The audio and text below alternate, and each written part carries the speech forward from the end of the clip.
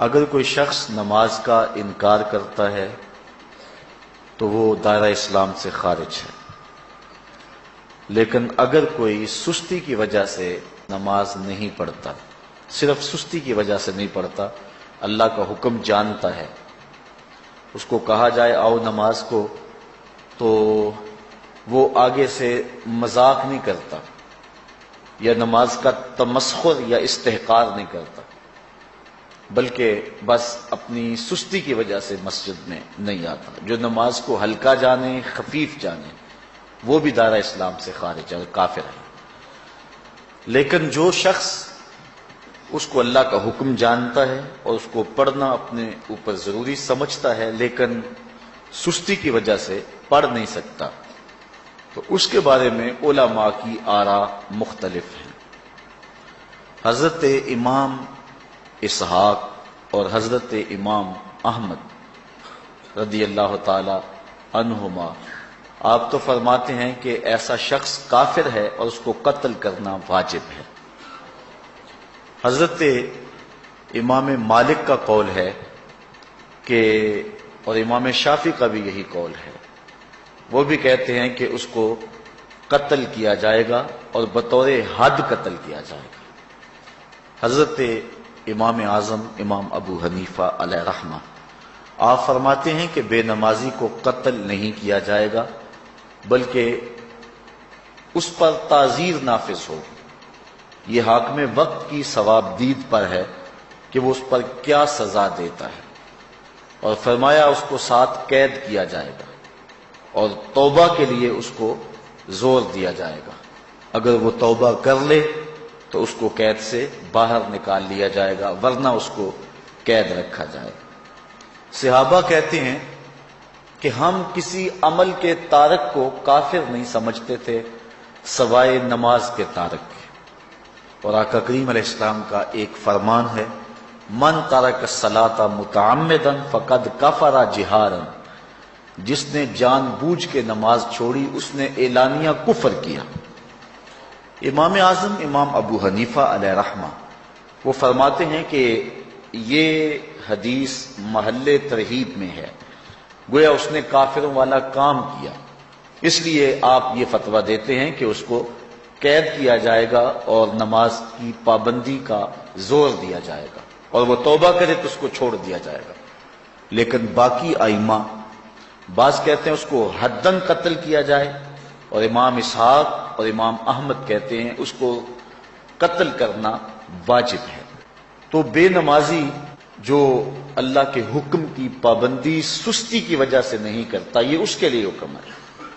جو شخص تحقیر کرتا ہے نماز کی، ہلکا جانتا ہے، تمسخر اڑاتا ہے یا اس کا انکار کرتا ہے، تو اس کے بارے میں علماء کے اندر کوئی اختلاف نہیں ہے، وہ ائمہ اربعہ کے نزدیک کافر ہے، دائرہ اسلام سے خارج ہے، مرتد ہے۔ لیکن سستی کی وجہ سے نماز نہ پڑھنے والا، اس کے بارے میں علماء کا یہ موقف ہے۔ حضرت غوث اعظم الشیخ سید عبد القادر جیلانی علیہ رحمہ آپ فرماتے ہیں کہ بے نمازی کو مسلمانوں کے قبرستان میں دفن نہ کرو۔ حضرت سلطان باہو علیہ رحمہ آپ کا قول ہے کہ بے نمازی سے خنزیر بھی پناہ مانگتا ہے۔ حضرت شیخ سعدی شیرازی فرماتے ہیں بے نمازی کو قرض نہ دو، جو اللہ کا قرضہ ادا نہیں کرتا تمہارا قرض کیسے لٹائے گا۔ اب آئیے ہم حضور علیہ السلام کے فرامین دیکھتے ہیں اس حوالے سے۔ حضرت جابر بن عبداللہ انصاری رضی اللہ تعالی عنہ سے مروی ایک روایت جس کو امام ابو داؤد نے روایت کیا، امام نسائی نے روایت کیا، دیگر محدثین نے روایت کیا۔ آقا کریم نے ارشاد فرمایا بین الرجل و بین الکفر ترک الصلاۃ، آدمی اور کفر کے درمیان ترک صلاۃ ہے، یعنی بندہ مومن اور بندہ کافر کے درمیان ترک صلاۃ ہے۔ جو نماز پڑھتا ہے وہ مومن ہے، اور جو نماز نہیں پڑھتا تو وہ کافروں والا کام کرتا ہے، یا دیگر ائمہ کے نزدیک وہ کافر ہے۔ یہ ترہیباً نہیں بلکہ یہ حکم ہے۔ اور حضرت نبی رحمت صلی اللہ علیہ وسلم کا ایک دوسرا فرمان ان الفاظ کے ساتھ ہے، بین الرجل و بین الشرک والکفر ترک الصلاۃ، شرک و کفر اور بندہ مومن کے درمیان نماز ترک کرنا ہے۔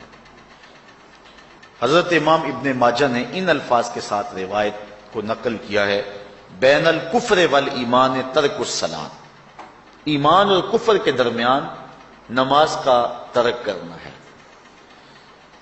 اور آقا کریم علیہ السلام کا وہ فرمان جو حضرت انس سے مروی ہے، جس کو طبرانی نے اپنی موجم میں لکھا، بھی آپ کے سامنے میں نے رکھا، کہ حضور نے فرمایا من ترک الصلاۃ متعمدا فقد کفر جہارا، جس نے جان بوجھ کے نماز چھوڑی اس نے اعلانیہ کفر کیا۔ حضرت ابو ہریرہ رضی اللہ تعالی عنہ سے ایک روایت ہے کہ وہ فرماتے ہیں لا سہم فی الاسلام لمن لا صلاۃ ولا صلاۃ لمن لا وضوء لہ، کہ اس شخص کا اسلام میں کوئی حصہ نہیں ہے جو نماز نہیں پڑھتا، اور اس شخص کا نماز میں کوئی حصہ نہیں ہے جو وضو نہیں کرتا۔ وضو کے بغیر نماز نہیں ہوتی اور نماز کے بغیر اسلام نہیں ہوتا۔ اور اسی روایت کو بالفاظ دیگر حضرت عبداللہ ابن عمر رضی اللہ تعالی عنہ نے حضور سے یوں روایت کیا ہے، طبرانی نے اپنی موجم میں اس کو لکھا، لا ایمان لمن لا امانتہ ولا صلاۃ لمن لا طہور لہ ولا دین لمن لا صلاۃ لہ۔ حضور فرمایا کہ اس شخص کا ایمان نہیں جس میں امانت نہیں، اور اس شخص کی نماز نہیں جس کو پاکیزگی حاصل نہیں، اور اس شخص کا دین نہیں جس کو نماز نصیب نہیں۔ حضرت امام ابن ماجہ نے اس روایت کو اپنے الفاظ کے ساتھ روایت کیا ہے۔ حضرت بریدہ رضی اللہ تعالیٰ عنہ اپنے باپ سے روایت کرتے ہیں اور وہ حضور سے روایت کرتے ہیں۔ حضور علیہ السلام نے ارشاد فرمایا ان العہد الذی بیننا وبینہم الصلاۃ فمن ترکھا فقد کفر، کہ ہمارے اور ان لوگوں کے درمیان جو معاہدہ ہے وہ نماز کا ہے، جس نے نماز کو چھوڑ دیا اس نے کفر کیا، یعنی ہمارا اور ان کا پھر اب معاہدہ باقی نہیں رہے گا۔ حضرت امام بخاری نے روایت نقل کی ہے، حضور نے ارشاد فرمایا من ترک الصلاۃ العصر فقد حبط اعمالہ، جس نے عصر کی نماز چھوڑی اللہ اس کے سارے عمل برباد کر دیتا۔ حضرت ابو ہریرہ رضی اللہ تعالی عنہ سے روایت ہے جس کو امام ابن ماجہ نے اور امام نسائی نے روایت کیا ہے، وہ حضور سے روایت کرتے ہیں، بڑی مشہور روایت ہے۔ حضور نے ارشاد فرمایا ان اول ما یحاسب به العبد بصلاته فان صلحت فقد افلح وانجح وان فسدت فقد خاب وخسر۔ فرمایا قیامت کے دن بندے سے سب سے پہلا حساب نماز کا لیا جائے گا، اگر اس کی نماز ٹھیک ہو گئی تو وہ فلاح پا گیا، اگر پہلا تول ٹھیک آ گیا تو وہ کامیاب ہے، وانجح اور نجات پا گیا، وان فسدت فقد خاب وخسر، اور اگر پہلا تول ہی ٹھیک نہ ہوا تو پھر وہ ذلیل و رسوا ہو گیا۔ حضرت عبادہ بن صامت رضی اللہ تعالیٰ عنہ سے ایک طویل روایت ہے، وہ کہتے ہیں کہ حضور علیہ السلام نے مجھے 7 چیزوں کا حکم دیا، مجھے وصیت کی کہ ان 7 کاموں کو کرنا ہے۔ ان کے اندر جو دوسری چیز تھی وہ حضور نے یہ ارشاد فرمائی وَلَا تَتْرُكُوا الصَّلَاةَ مُتَعَمِّدِينَ فمن ترکھا متعمدا فقد خرج من الملہ، کہ جان بوجھ کے کبھی نماز نہ چھوڑنا، جس نے نماز چھوڑی وہ ملت اسلامیہ سے نکل گیا۔ اور حضرت معاذ بن جبل رضی اللہ تعالی عنہ سے بھی ایک طویل روایت ہے کہ حضور نبی رحمت صلی اللہ علیہ وسلم نے ان کو 10 وصیتیں کی تھی حصول برکت کے لیے۔ یہ ساری حدیث میں آپ کے سامنے رکھ دیتا ہوں۔ کہتے ہیں اوصانی رسول اللہ صلی اللہ علیہ وسلم بعشر کلمات، حضور نے مجھے 10 باتیں ارشاد فرمائیں، حکمت سے بھری اور رحمتوں سے بھری ہوئی ایک ایک بات ہے، ان کے بول بہاروں جیسے اور اصحاب ستاروں جیسے۔ تو اتنا خوبصورت کلام، لہو خورشید کا ٹپکے اگر ذرے کا جگر چیر۔ حضور نے 10 باتیں حضرت معاذ بن جبل رضی اللہ تعالی عنہ کو بطور وصیت ارشاد کی. کہتے ہیں قالا، حضور نے مجھے کہا، ارشاد کیا، لا تشرک باللہ شیئا وان قتلت وحرقت، اللہ کے ساتھ کسی کو شریک نہ ٹھہرانا، اگرچہ تجھے قتل بھی کیا جائے اور تجھے آگ میں جلا بھی دیا جائے، کبھی بھی اللہ کے ساتھ شریک نہ ٹھہرانا. دوسری بات حضور نے مجھے یہ ارشاد فرمائی، ولا تَعْصِ وَالِدَيْكَ وَإِنْ أَمَرَاكَ أَن تَخْرُجَ مِنْ أَهْلِكَ وَمَالِكَ، کہ اپنے والدین کی کبھی نافرمانی نہ کرنا، اگرچہ تجھے حکم دیں کہ اپنے مال کو اور اپنے بچوں کو لے کے گھر سے نکل جا، تو کہا یہ کر لینا، نکل جانا، لیکن والدین کی نافرمانی نہ کرنا. تیسری بات حضور نے ارشاد فرمائی، وَلَا تَتْرُكَنَّ صَلَاةً مَكْتُوبًا مُتَعَمِّدًا فَإِنَّ مَنْ تَرَكَ صَلَاةً مَكْتُوبَةً مُتَعَمِّدًا فَقَدْ بَرِئَتْ مِنْهُ ذِمَّةُ اللَّهِ. فرمایا اے معاذ بن جبل، فرض نماز جان بوجھ کر کبھی بھی نہ چھوڑنا، زندگی میں کبھی نہ ہو کہ تجھ سے فرض نماز چھوٹے، اس لیے کہ جس نے فرض نماز جان بوجھ کے چھوڑ دی، اللہ اور اس کے رسول نے اس سے اپنا ذمہ اٹھا لیا. اب وہ جدھر مرضی جائے، اللہ نے جو ذمہ لیا ہوا ہے مومن کا، اللہ اٹھا لیتا ہے. چوتھی چیز حضور نے جو ارشاد فرمائی، وَلَا تَشْرِبَنَّ خَمْرًا فَإِنَّهُ رَأْسُ كُلِّ فَاحِشَةٍ. اے معاذ بن جبل، زندگی میں کبھی بھی شراب نہ پینا، ہر بے حیائی کی جڑ ہے اور بنیاد ہے شراب. پانچویں چیز کہتے ہیں حضور نے جو مجھے ارشاد فرمائی وہ یہ تھی، وَإِيَّاكَ وَالْمَعْصِيَةَ فَإِنَّ بِالْمَعْصِيَةِ حَلَّ سَخَطُ اللَّهِ. کہا کبھی اللہ کی نافرمانی نہ کرنا، اللہ کی نافرمانی سے اللہ کی ناراضگی مول لینے والی بات ہے. اللہ تعالیٰ کی معصیت سے اس کی ناراضگی جائز ہو جاتی ہے، حلال ہو جاتی ہے. اور چھٹی چیز کہتے ہیں حضور نے یوں ارشاد فرمائی، وَإِيَّاكَ وَالْفِرَارَ مِنَ الزَّحْفِ وَإِنْ هَلَكَ النَّاسِ.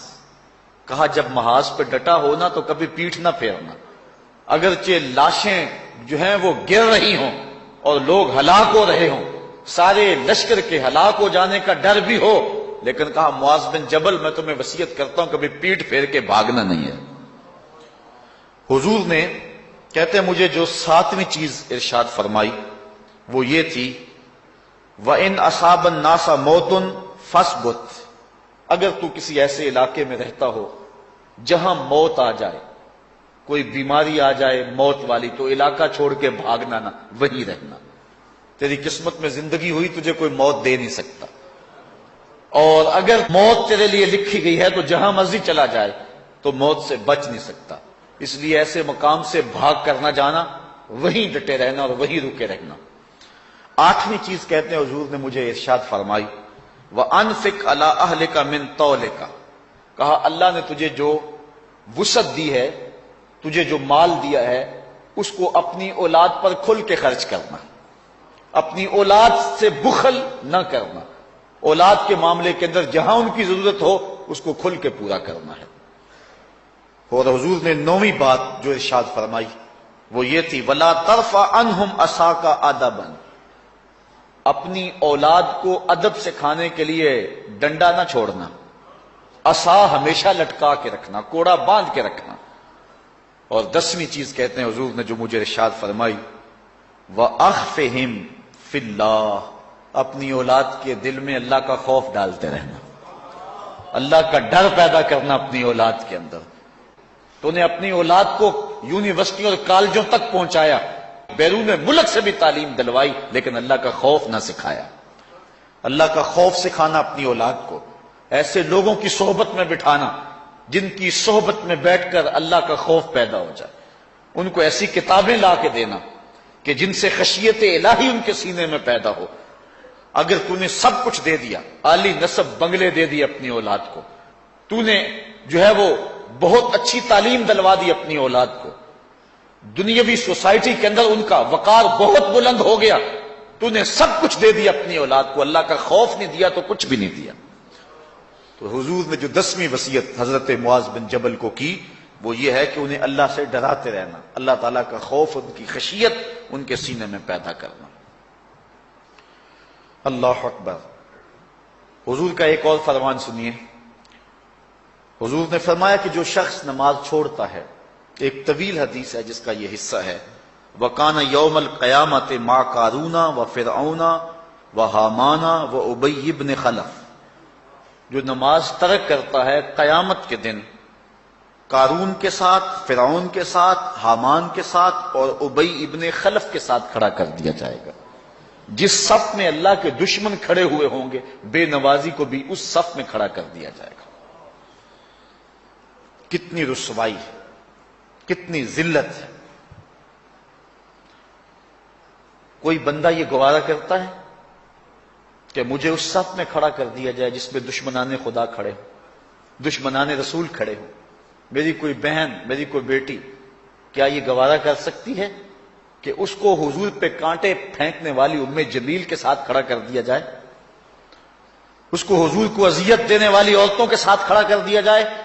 نہ میری کوئی بہن اور نہ کوئی میری ماں اس بات کو گوارا کرتی۔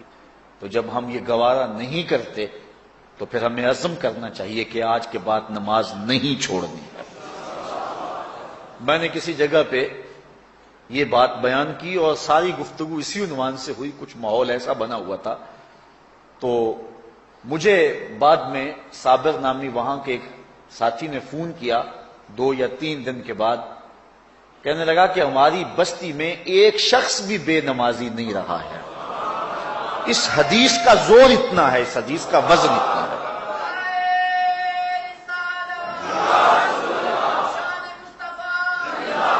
تو کوئی شخص یہ گوارا کرتا ہے کہ مجھے دشمنان خدا کی صف میں کھڑا کر دیا جائے، جن دشمنوں کے چہروں پہ تارکول ملی ہوئی ہوگی اور ان پر لعنتیں برس رہی ہوں گی، اور دنیا کے اوپر سب سے رسوائی زیادہ ان لوگوں کو ہوگی، تو کوئی شخص بھی یہ گوارا نہیں کرتا۔ ہم تو ان کے سائے سے بھی بچنا چاہتے ہیں۔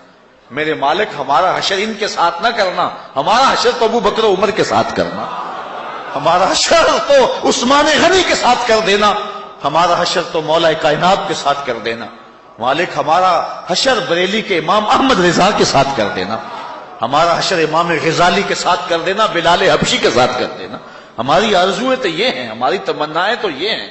ہم تو کہتے ہیں مولا کل قیامت کے دن اٹھے تو داتا کے قدموں میں اٹھیں، خواجہ اجمیری کی چوکھٹ سے اٹھیں، ہم اٹھے تو شاہ نقشبند بخاری کا جلوس آگے ہو، ہم اس جلوس کے ساتھ شامل ہوں، خواجہ معین الدین چشتی کی غلامی میں اٹھے، ہم حضرت غوث اعظم کی نوکری میں اٹھیں، حضرت شیخ شہاب الدین کی نوکری میں اٹھیں۔ ہماری آرزویں تو یہ ہیں، ہماری تمنائیں تو یہ ہیں، لیکن اگر ہم یہ چاہتے ہیں کہ ہم ان لوگوں کے ساتھ اٹھیں تو پھر ایک نماز بھی ترک نہیں کرنا ہوگی، اور اگر نماز ترک ہو گئی تو کتنی بڑی سزا ہے، کتنی بڑی رسوائی ہے، کتنی بڑی ذلت ہے، اور یہ آپ کے رسول کا فرمان ہے۔ اللہ اکبر، کہ قیامت کے دن وہ شخص جو نماز نہیں پڑھتا، قیامت کے دن اس کو دشمنان خدا کی صف میں کھڑا کر دیا جائے گا۔ یہ ہو نہیں سکتا کہ ہم نے یہ حدیث سن لی اور اب نماز قصدن چھوڑیں۔ آج عزم کر کے اٹھیں، اور اولاد نہیں آئی، بیٹیاں نہیں آئیں، گھر والے نہیں آئے، لیکن جا کے اس بات کو گھر میں نافذ کرنا ہے، اس کو حکمن نافذ کرنا ہے گھر کے اندر۔ ہمارا گھر ہو رسول اللہ کی امتی کا اور گھر میں کوئی بے نماز ہو، یہ حکم دینا ہے، وَأْمُرْ أَهْلَكَ بِالصَّلَاةِ، فرمایا اپنے گھر والوں کو نماز کا حکم دو۔ اس گھر میں نحوست ہوتی ہے جس گھر میں بے نمازی ہوتے ہیں۔ اس لیے آج ہم یہاں سے عزم کر کے جانا ہے کہ آج کے بعد ہم نماز نہیں چھوڑیں گے انشاءاللہ۔ اتنے زور سے کہو کہ شیطان کا کلیجہ پھٹ جائے۔ اللہ ہماری اس انشاءاللہ کو قبول کرے، اللہ ہم کو پنجگانہ سجدے کی توفیق دے۔ کتنا بد نصیب ہے شخص کہ جس کی پیشانی اس کی حضور جھکتی نہیں ہے، سارا دن کبھی کسی کو سیلوٹ کرتا ہے، کبھی کسی کو سیلوٹ کرتا ہے، کہتا ہے میرے اس سے بھی تعلق ہونے چاہیے، اس سے بھی واسطہ ہونا چاہیے، اس سے بھی رابطہ ہونا چاہیے، کبھی دنیا میں کام پڑ جاتا ہے، اس سے بھی تعلق رہنا چاہیے میرا۔ کہاں کہاں صبح سے لے کر شام تک سلوٹ مارتا ہے، ایک اللہ کے حضور نہیں جھکا جاتا۔ اقبال علیہ رحمہ کہتے ہیں ایک سجدہ جسے تو گراں سمجھتا ہے، 1000 سجدے سے آدمی کو دیتا ہے نجات۔ آؤ اللہ کے حضور بندگی کا سر جھکائیں۔ تو یہ کتنی عبرتناک جو ہے اور کس قدر جو ہے وہ فکر انگیز حدیث ہے۔ وَقَانَ يَوْمَ الْقِيَامَةِ مَعَ قَارُونَ وَفِرْعَوْنَ وَهَامَانَ وَأُبَيِّ بْنِ أَبِي خَلْف، وہ شخص ان بد نصیب لوگوں کے ساتھ کھڑا ہوگا جس کو نماز کی توفیق نہیں ہے۔ آپ نے حدیث علماء سے بارہا سنی، حدیث طویل ہے۔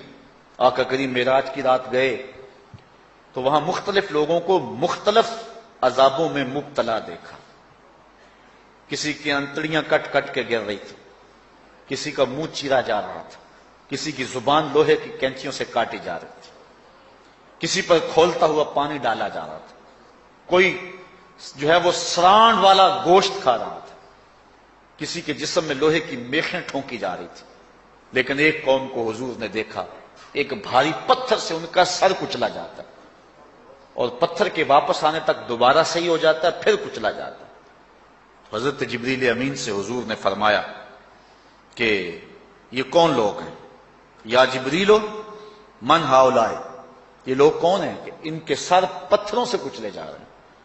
قال ہاؤلائے الذین تثاقلت رؤوسہم عن الصلاۃ المکتوبہ، کہا یہ وہ بد نصیب لوگ ہیں کہ فرض نمازوں سے جن کے سر بوجھل رہتے تھے، نماز پنجگانہ فرض بھی نہیں پڑھا کرتے تھے، یہ وہ بد نصیب ہیں، آج ان کے سر کوٹے جا رہے ہیں۔ یہ تھوڑی سی زندگی ہے، تھوڑی سی زندگی، 60-70 سال بڑی زندگی ہو وہ مگر نصیب ہو جائے تو پتہ نہیں ہے کہ کل ہمارا آنے والا کہاں ہے۔ کتنا غافل اور بد نصیب ہے وہ شخص کہ جس کو سجدہ نصیب نہیں ہے۔ سجدہ تو بندگی کا نام ہے۔ زندگی آمد برائے بندگی، زندگی بے بندگی شرمندگی۔ بندہ تو ہے ہی بندگی میں۔ کسی شخص نے راستے میں جاتے جاتے چائے کی پیالی پلا دی ہو نا بازار میں، تو ہم جب بھی اس گلی سے گزرتے ہیں اس کو سلوٹ کر کے جاتے ہیں، السلام علیکم۔ یار اس سے بڑے سلام لیتے ہو، یہ بڑا محبت والا، بڑے اخلاق والا ہے۔ یار جس نے چائے کی پیالی پلا دی ایک مرتبہ، اس کو تو جاتے آتے سلام کر کے جاتے ہو۔ جس رب نے زندگی بخشی ہے، جس رب نے جو ہے وہ ساری بہاریں عطا کی ہیں، اس کے حضور میں جھکا جاتا ہے۔ کتنا متکبر شخص ہے جو اللہ کے حضور نہیں جھکتا۔ اللہ اکبر۔ کہا یہ وہ بد نصیب لوگ ہیں فرض نمازوں سے جن کے سر بوجھل رہا کرتے تھے۔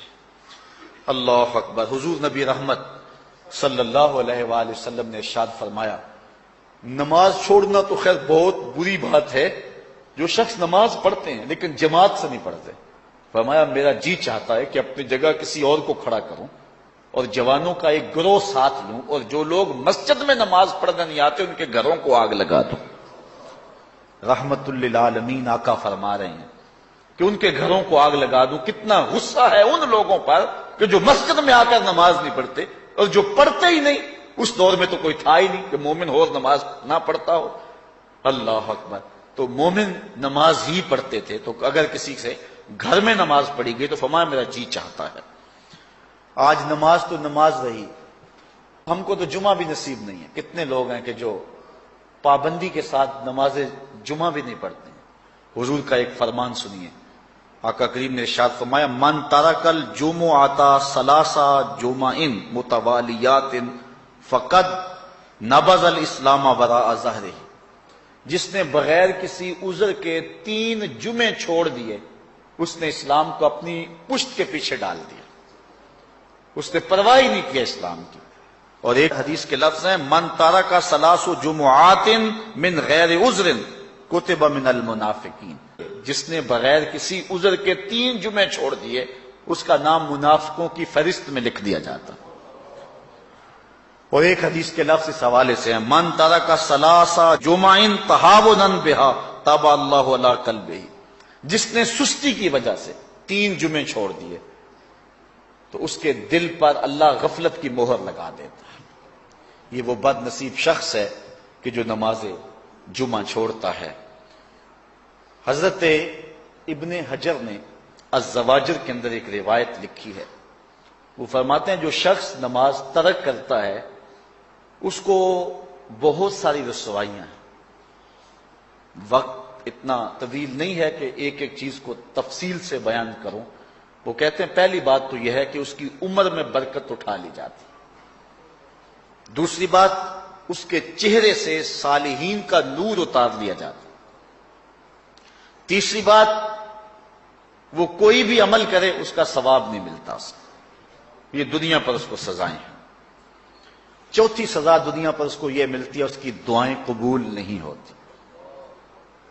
اور پانچویں سزا اس کے لیے یہ ہے کہ اس کے لیے جو نیک لوگ دعا کرتے ہیں ان دعاؤں کا حصہ اسے نہیں ملتا۔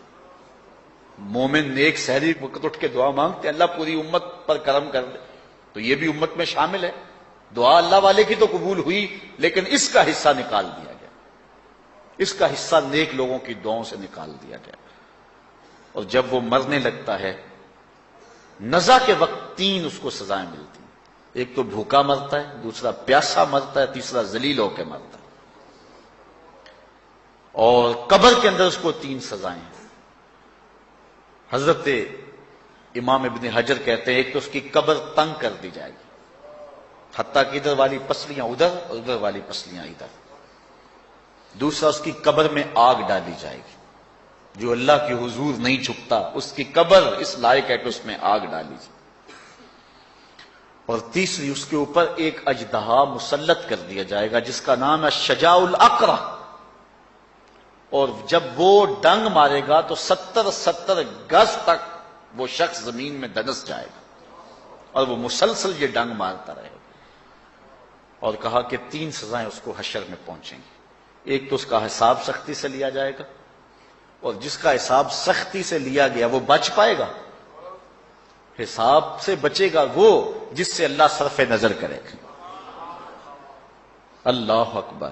ایک تو اس کا حساب سختی سے لیا جائے گا، دوسرا اللہ تعالیٰ جل شانہ اپنے قہر و غضب کا اس پہ اظہار کرے گا، اور تیسری اس کو سزا یہ دی جائے گی کہ اس کو جہنم میں ڈال دیا جائے گا۔ ساتھیاؤ، میں اور آپ آج کی اس بزم میں یہ پختہ عزم کر کے اٹھیں کہ آج ہم خود بھی اور اپنی اولاد کو بھی، اپنے دوستوں کو بھی، میرے والد گرامی فرمایا کرتے تھے جس سے دوستی ہونا اس کی انگلی پکڑ کے دین کی راہ پہ لے آؤ، یہ دوستی کا حق ہے۔ اس کے لیے آپ بہت کچھ کرتے ہیں، لیکن اگر اس کو دین نہیں دیا تو کچھ بھی نہیں دیا۔ کوشش کرو میرا دوست ہو اور جہنم میں جائے۔ والدین بچے کے مستقبل کے لیے کتنی کوشش کرتے ہیں، لاکھوں روپیہ لگاتے ہیں مستقبل ٹھیک ہو جائے، کرتے ہیں کہ نہیں کرتے؟ یونیورسٹیوں کے اندر، کالجوں کے اندر کتنی بھاری فیسیں بھرتے ہیں۔ کیوں اتنا کچھ کیوں کر رہے ہو؟ میں نے دیکھا بوڑھا باپ اپنی کمر پہ بوریاں لاد کے مزدوری کرتا ہے، مائیں اپنا زیور بیچ رہی ہیں کہ اولاد پڑ جائے۔ میاں اتنا کچھ کیوں کر رہے ہو؟ جی مستقبل ٹھیک ہو جائے۔ یہ مستقبل کتنا ہے؟ 20-25 سال کا، اور جو اصل مستقبل ہے اس کی فکر ہی نہیں کسی کو۔ اصل مستقبل تو وہ ہے۔ اللہ اکبر۔ بیرون ملک جائے بیٹا تو ماں کہتی ہے بس دعا کرو کہ میرا بیٹا خیریت سے پہنچ جائے۔ بیٹی کی شادی کرتی ہے تو ماں کہتی ہے دعا کرو کہ اپنے گھر میں اس کو چین مل جائے۔ کسی کا انٹرویو ہوتا ہے، لوگ کہتے ہیں جناب دعا کرو کہ اس انٹرویو میں وہ کامیابی سے گزر جائے۔ میں کہتا ہوں جب قبر میں اترتا ہے پھر کسی نے آ کر کبھی نہیں کہا کہ دعا کرو مشکل گھڑی آ گئی ہے خیریت سے گزر جائے۔ اصل امتحان تو یہ ہے، اگر اس امتحان سے گزر گیا تو کامیابی اور بامرادی۔ یہ تھوڑا سا مستقبل دنیا کا، اس کے لیے ہم کتنے پیسے لگا دیتے ہیں۔ سب کچھ اولاد کو آتا ہے، ہر شے فر فر پڑھتے اور بولتے ہیں، دعائے قنوت بھی نہیں آتی ہوتی۔ تو ہم اپنی اولاد کے لیے دین کا تحفہ اس کو کبھی نہ چھوڑیں۔ اللہ اکبر۔ کوشش کریں، محنت کریں۔ حضور نبی رحمت صلی اللہ علیہ وآلہ وسلم نے ان بد عمل واعظین کی بات بھی کی ہے کہ جو لوگوں کو نیکی کا حکم دیتے ہیں اور خود اس پہ عمل نہیں کرتے۔ آج ہمارے کچھ واعظین لوگوں کو تو واضح و تلقین اور نصیحت کرتے ہیں اور خود نماز میں سخت سستی کا ارتکاب کرتے ہیں، اور جس سے قوم کے اندر نماز میں سستی عملاً پیدا ہو جاتی ہے۔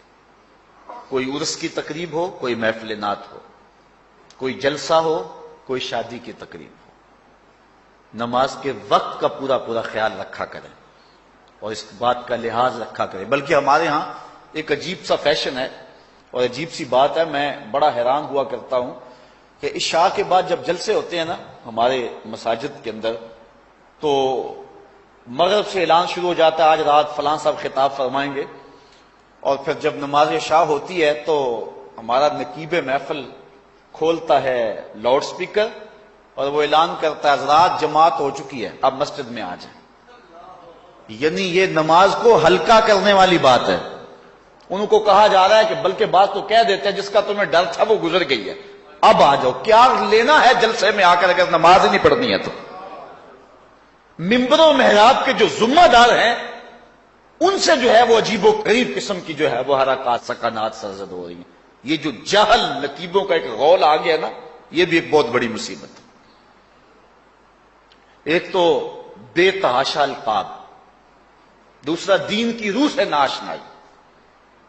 وہ کسی نے کہا تھا نا کہ پہلے حضرت غوث پاک ولی بناتے تھے، چور سے کتب بناتے تھے، آج کل ہم بناتے ہیں۔ کہا تم کیسے؟ کہا ہمیں پتا ہوتا ہے یہ چور بیٹھا ہوا ہے، ہم کہتے ہیں غوث زماں اور کتب دوران۔ بے تحاشا اور بے تکا انداز، اور پھر دین کی روح سے یہ ناشنائی کہ باقاعدہ اعلان ہوتا ہے جناب جماعت ہو چکی اب تو آ جاؤ۔ تو کیا کرنا ہے ساری رات جاگ کے اگر عشاء کی نماز ہی نہیں پڑھی تو نماز کو ہلکا کیا گیا ہے۔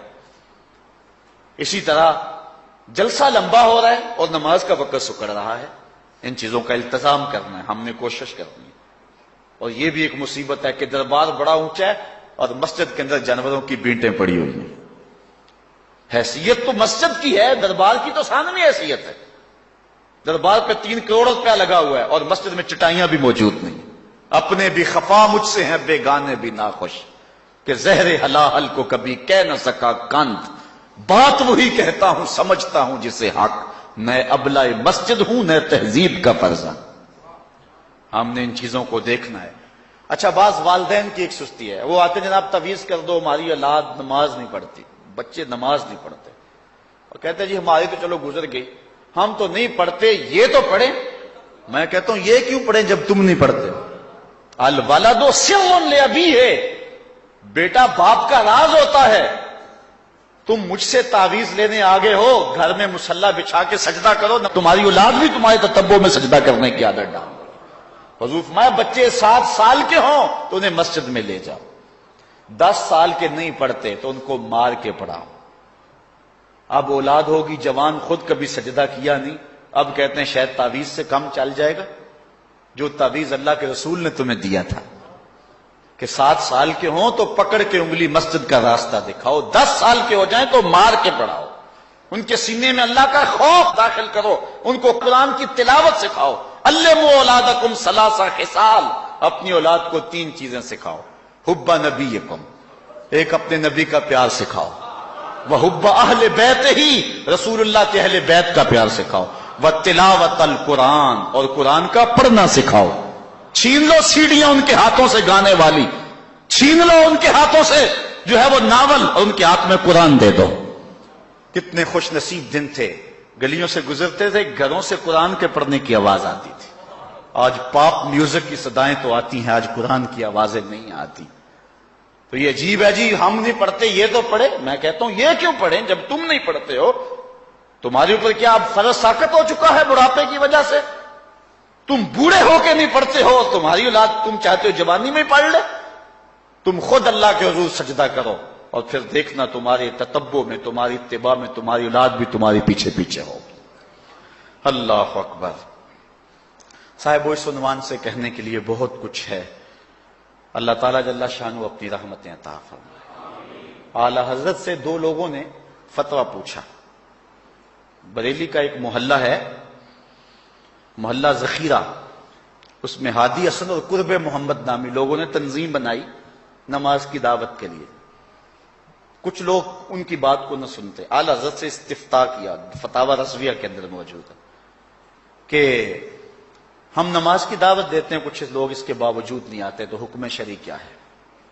تو اعلی حضرت فرماتے ہیں کہ پہلے تو نرمی سے انہیں سمجھائیں، آؤ نماز کی طرف۔ نہیں مانتے، مؤثر لوگ ڈالیں جو ان کو کہیں۔ یہ تھے ہمارے کرنے والے کام، ہم کن جھگڑوں میں پڑے ہوئے۔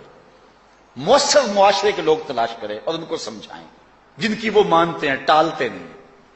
ان سے سمجھائیں ان کو. آپ فرماتے ہیں اگر ان کے سمجھانے سے بھی نہیں سمجھتے تو فرمایا فتویٰ پھر یہ ہے ان سے بائیکاٹ کر دیں, ان سے ترک کلام کر دیں, ان سے گفتگو چھوڑ دیں. ہم نے تو کبھی بیٹوں سے نہیں چھوڑی گفتگو. بیوی بے نماز ہو ہم ہر شے بیوی سے منوا لیتے ہیں. کبھی کہا تیرے ہاتھ کی پکی روٹی نہیں کھاؤں گا اگر تو نماز نہیں پڑھتی؟ کبھی بیٹا کہے امی تو نماز نہیں پڑھتی میں تیرے ہاتھ کی روٹی نہیں کھاؤں گا؟ جو ماں بیٹے کے لیے سب کچھ کرتی ہے, کتنے دکھ جھیلتی ہے, کسی کے گھر کے برتن مانجنے پڑے وہ بھی مانجتی ہے, کیا بیٹے کی خواہش پہ نماز نہیں شروع کر دے گی؟ جب عادت ڈالے گی تو پھر اللہ دل میں بھی وہ محبت ڈال دے گا. کیونکہ ہمارا تو اتنا ہی کام ہے نا. حضرت بایزید بسطامی نے یہی کیا تھا نا. حضرت بایزید بسطامی علیہ رحمہ بسطام کے لوگوں کی تربیت کر رہے ہیں. کسی محلے کے کونے میں آ کر ایک فاحشہ عورت بیٹھ کے لوگوں کا دین ایمان اجاڑنے لگی. کسی نے کہا بایزید تیرا شہر لٹ رہا ہے, جس کو تو اشکوں سے سیراب کیا تھا اور سجدہ ہائے سحرگاہی سے جس شہر کو نور بخشا تھا, تیرا شہر لٹ رہا ہے. کہا کیا ماجرا ہوا؟ لوگوں نے کہانی سنائی. بایزید بسطامی صبح مصلی اٹھایا اور جا کے اس فاحشہ عورت کے دروازے پہ مصلی بچھا لیا. اب جو بھی گاہک آتا بایزید بسطامی کو بیٹھا ہوا دیکھ کے راستہ بدل لیتا. اس نے انتظار کیا, رات کے اندھیرے گہرے ہو گئے, آج کوئی گاہک ہی نہیں آیا. اس نے کھڑکی سے جھانک کر کے دیکھا ایک بوڑھا بابا بیٹھا ہوا ہے, ہاتھ میں تسبیح ہے, مصلی بچھایا ہوا ہے. نیچے اتر کر کے کہا بابا اللہ کو یاد کرنے کے لیے اور تھوڑی جگہ ہیں, تجھے میرے گھر کی گلی ہی ملی, میرا راستہ روک لیا. بابا کہنے لگا کیا مسئلہ ہے تجھے؟ کہا میرے گاہک رکے ہوئے ہیں. کہا آج میں تیرا گاہک ہوں, بتا تیری رات کی قیمت کتنی ہے. اللہ اکبر. حضرت بایزید بسطامی نے قیمت طے کی. اس کے گھر کی جب چھت چڑھنے لگے نا سیڑھیاں, لوگ دیکھ رہے تھے. کہا مالک اگر بایزید بھی اجڑ گیا تو روشنی کہاں سے لیں گے؟ بایزید بھی ایک فاحشہ عورت کے کوٹھے پہ چڑھ رہا ہے, اگر یہ بھی چراغ بجھ گیا تو زمانے کو اجالا کہاں سے ملے گا؟ لیکن قدرت کو کچھ اور ہی منظور تھا. اس سے کہا مصلی بچھا لے, جو میں کرتا جاؤں وہ کرتے جانا. پہلے وضو کیا, اس نے بھی کیا, پھر مصلی پہ آئے, وہ بھی پیچھے کھڑی ہو گئی. پھر بایزید قیام کیا, اس نے بھی قیام کیا. پھر رکوع میں گئے, وہ بھی رکوع, قوما وہ بھی قوم. جب سجدے میں حضرت بایزید گئے, وہ بھی سجدے میں, تو بایزید رو پڑے.